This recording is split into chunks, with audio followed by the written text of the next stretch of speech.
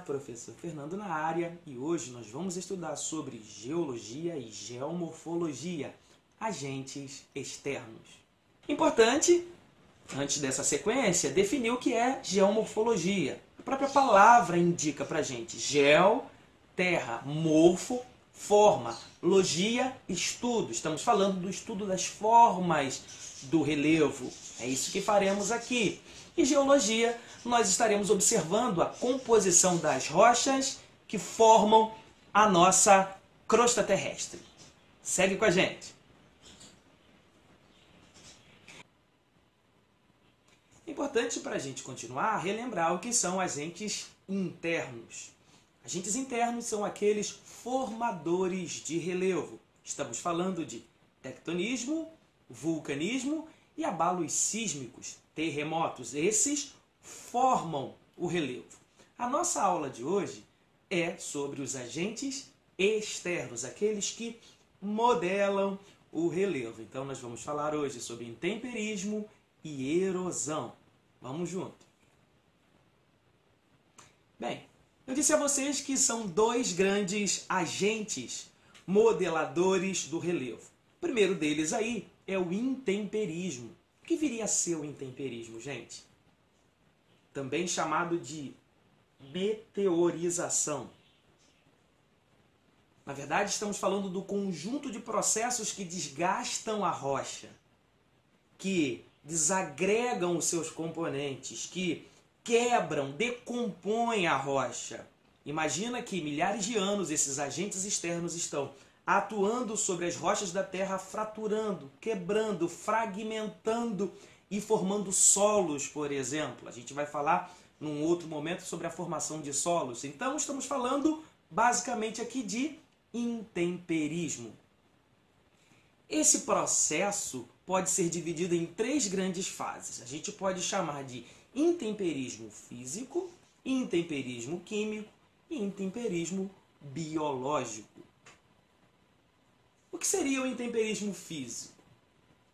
Estamos falando do fraturamento mecânico das rochas. Como as rochas se quebram de maneira mecânica, sem que haja alteração dos seus componentes químicos. Estamos falando aqui de uma força, de um agente que consegue fraturar a rocha, quebrar a rocha. E qual agente ou quais agentes naturais teriam força suficiente para fraturar as rochas?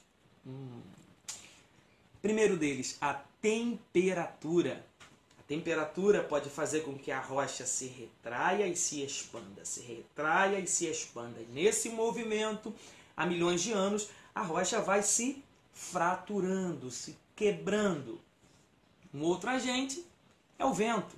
O vento, na verdade, à medida que vai batendo na rocha, carregando outros fragmentos, pedacinhos de sedimentos, ela vai, na verdade, esculpindo, ela vai modelando, ela vai quebrando a rocha de maneira mecânica, ok? O outro tipo de intemperismo é o intemperismo químico. É o desgaste da rocha e a sua alteração química, o nome já diz. E o principal agente é a água. Vocês já devem ter ouvido e até falado: água mole em pedra dura, tanto bate até que fura. A gente completa: erode, transporta e deposita. A gente vai falar um pouco sobre isso aqui. Na verdade, a água é o grande solvente universal, além de ser o grande regulador térmico. Estamos falando, então, todo o processo de desgaste das rochas a partir da ação da água. O intemperismo biológico, ele é assim, menos importante no contexto, certo?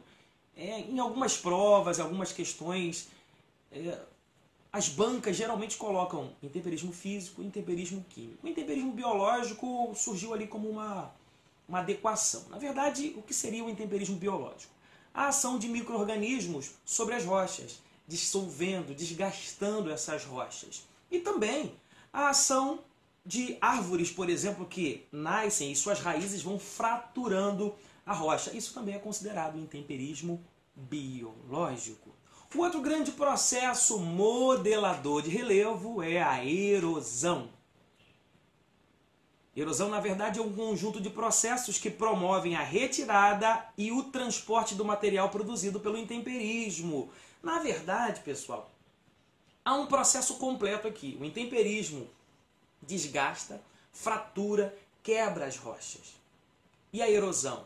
Ela completa o processo, certo?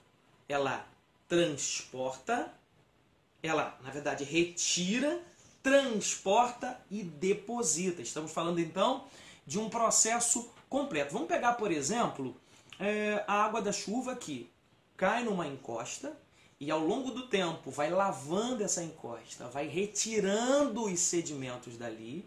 Esse material não vai ficar, por exemplo, retido na encosta. Ele vai ser transportado e, num determinado momento, esse material vai ser depositado. Esse material que desceu vai parar em algum lugar.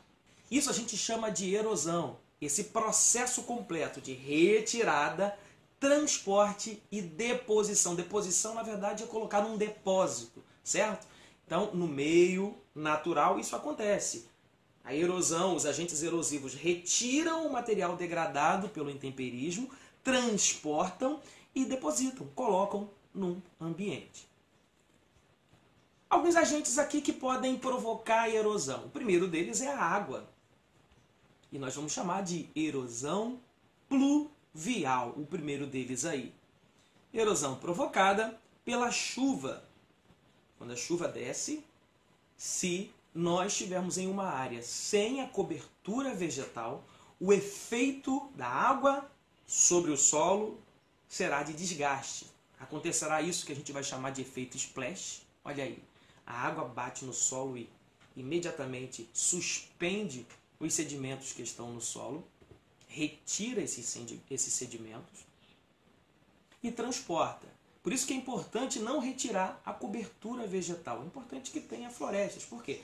A água vai cair sobre a copa das árvores e vai descer de maneira suave e infiltrar no solo. Sem as árvores, a água bate direto no solo e provoca o que nós vamos chamar de erosão pluvial.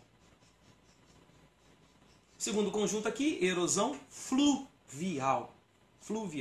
Erosão de sedimentos a partir da ação dos rios. A água do rio, ela na verdade erode e sedimenta. São dois movimentos ao mesmo tempo. Você já viu um rio?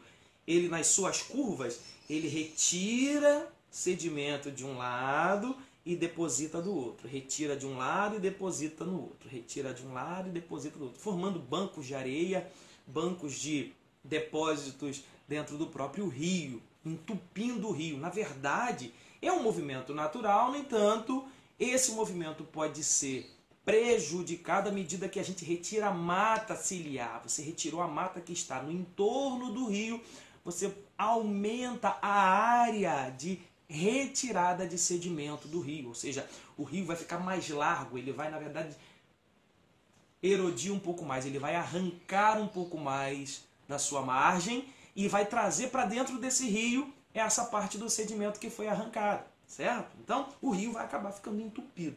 A grande verdade é que a mata ciliar é importantíssima para proteger o rio. Por que mata ciliar? Porque ela lembra os nossos cílios. Ó. O cílio não está aqui por acaso, ele tem a função de proteger os nossos olhos. Se você suar, sei lá, o cílio tende a proteger as suas vistas. A mata ciliar, na verdade, ela faz isso, ela protege o rio desse processo erosivo, que é um processo também natural, ok? São agentes naturais, mas que podem ser potencializados pela ação do homem, a ação de degradação do homem, certo?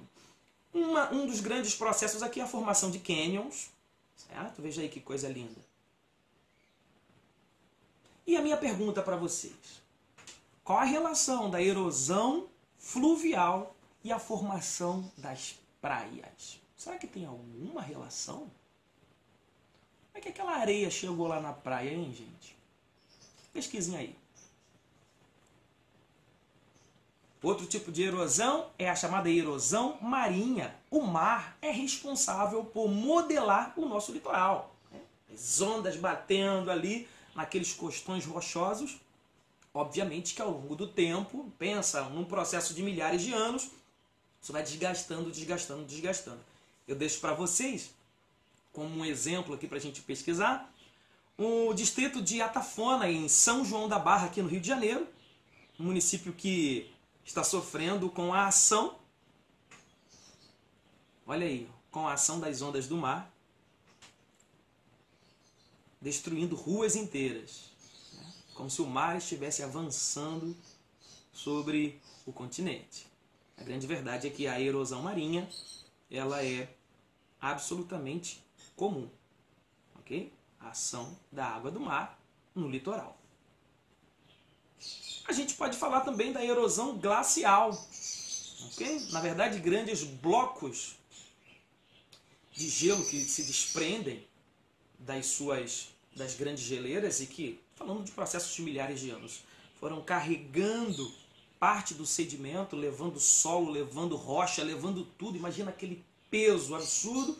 E em diversos lugares do mundo, essa erosão glacial formou essa belíssima paisagem aí que nós chamamos de fiordes.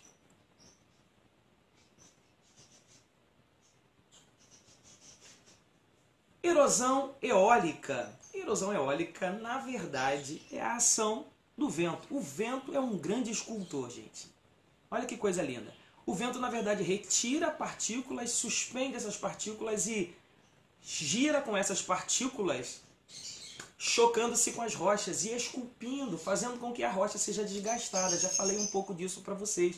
Inclusive também a formação de dunas a partir da ação do vento. Erosão eólica.